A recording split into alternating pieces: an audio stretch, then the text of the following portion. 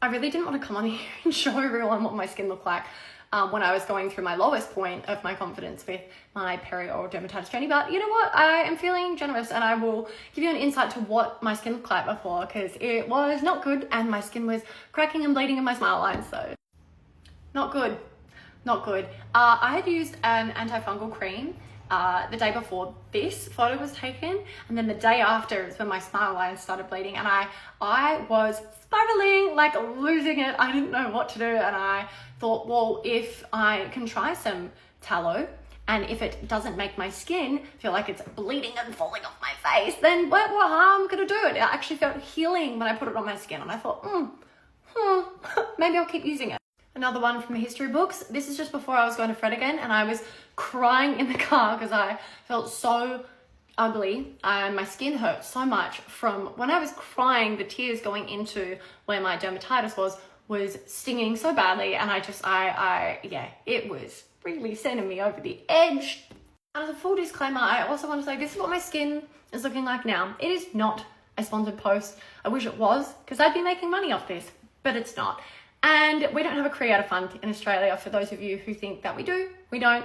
And another thing that I did change, I got rid of my biab. I started eating meat regularly, incorporating that in my diet. Once I started using the tallow, I thought, well, may as well try eating meat, and I hadn't eaten meat in years and years. So I think that also contributed to the actual cell turnover of my skin healing journey, but who knows? I'm not sure. I know that the tallow is a thing that made my skin feel really healed and started healing. So not just felt healed, it did heal. And it's what I've continued to use until this literal day right now. Another thing that I do use as well is once a week, I put on like a Cica balm by La Roche-Posay. And I normally wouldn't recommend something like this, but it's what people also use for nappy rash. Just once a week, I will put that all over my face, over the top of my plain tallow, and seal everything in just for an extra hydration boost.